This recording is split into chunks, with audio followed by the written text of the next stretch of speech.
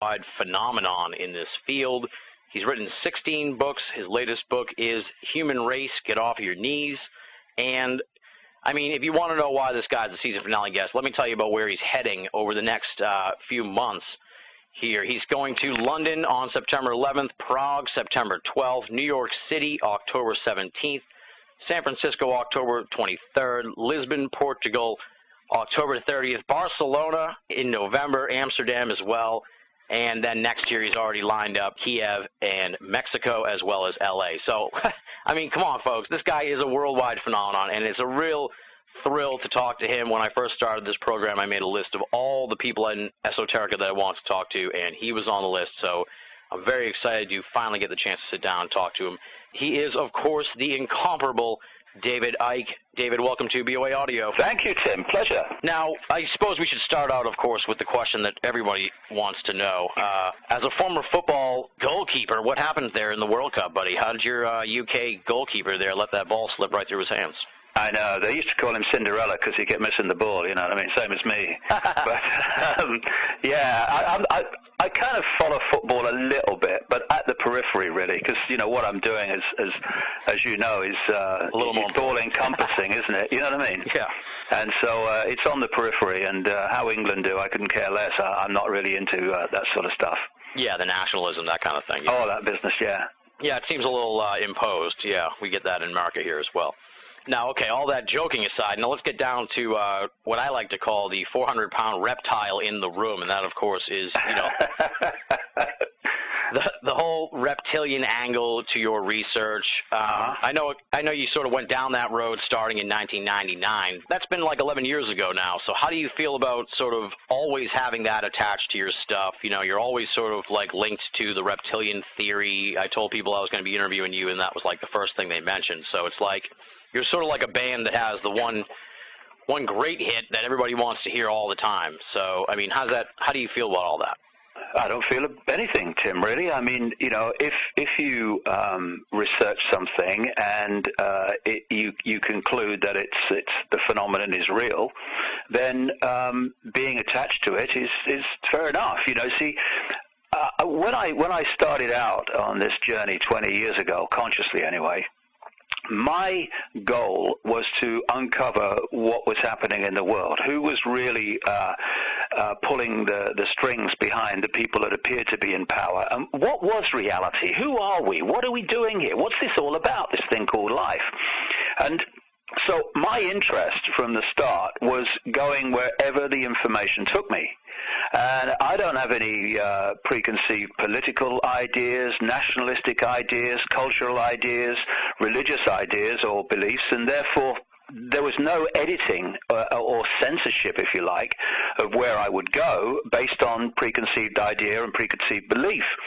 So where it takes me is where it takes me. And if people want to ridicule it or whether they're interested in it, well, you know, that's for them to decide. You know, I'm not here to tell people what to think or tell people what to believe. I'm just here to put information in front of people. Make of it what you will. If you like this bit and that doesn't feel right, well, that's fair enough. If you like it all, well, that's fair enough. If you like none of it, that's equally fair enough. Because, you know, the world is full of people. The whole system is full of people. And so much of the conspiracy research movement is full of people, to a large extent, who are telling people this is what you must believe. We're drowning in that stuff. We don't want any more. We're drowning in religious leaders of various and endless kinds, who are all the same program under different names anyway, saying, if you don't believe this, hell and damnation. You must believe this. If you don't believe this, you're wrong. I mean, that's a load of old rubbish. I mean, what we need to do is to be at peace with ourselves, pursuing information wherever it may take us, without, oh my God, what will they think of if I talk about this? I couldn't care less. Yeah. And also be at peace in the same way, Tim, of saying, well, we must be at peace with how people receive that information. So how people react to what I put out is entirely up to them. It's none of my business. It's their business. So I'm at peace to go anywhere the information takes me, and I'm at peace with how people receive it. I mean, when you cut away all the kind of programmed reactions, like a software program. Press enter when you put this data in and you get the same reaction from every computer. Once we cut away from that and take a deep breath, you just see how even people who go on and on about censorship and suppression of information, who also jump on people who react against their information.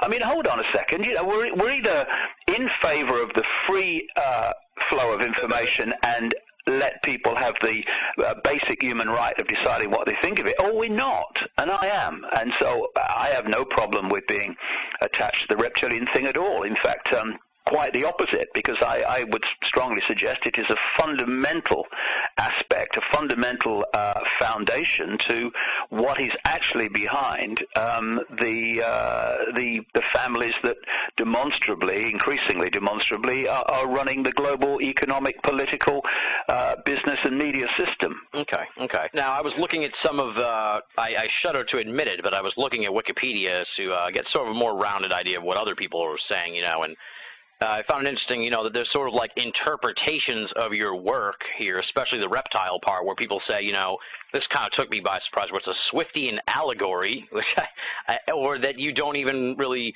necessarily believe like the reptile part, that you're using it as a metaphor for something else. But is that the case, or do you straight up, Oh my God, I think I've lost the will to live, Tim. No, I'm talking literally.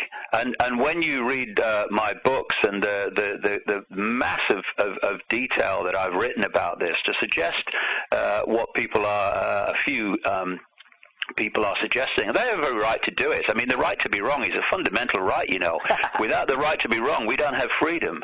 So that's fine, but it takes on ludicrous proportions when you read what I say and the detail that I write about. Of course, I'm talking literally. If I wasn't, I would say so, because I passed a point a long time ago when I went through staggering levels of ridicule in this country, in Britain, in the early 1990s, where I couldn't walk down any street in Britain without being laughed at by most of the people. I would turn on the television, a comedian only had to say my name to get a laugh. There wasn't a joke necessary.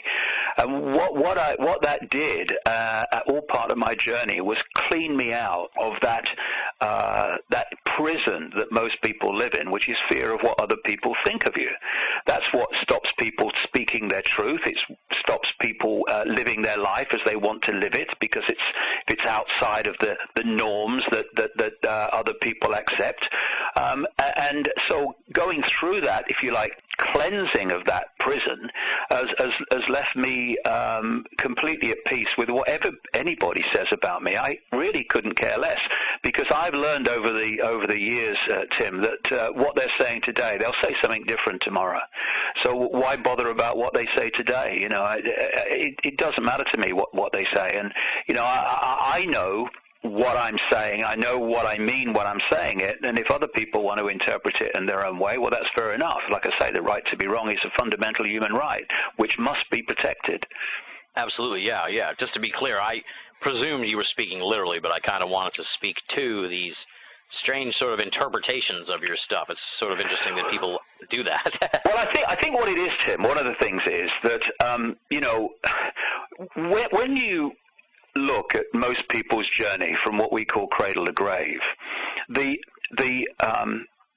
range of perception of what is possible is absolutely shockingly narrow in most people, because the system has been set up to keep them there. If you're a few and you want to control the vast majority, you have to suppress the range and expansion of consciousness and awareness and sense of possibility. And if you want to keep people in that prison where they think what is possible is a fraction of what is actually possible, then of course what you have to do is suppress information about what is going on, what is possible. And when you do that, you get people going through their lives, dismissing things that are actually true because they are too fantastic for them to accept. And so they dismiss it by reflex action, like the reptilian thing. That's a load of rubbish, mate. How much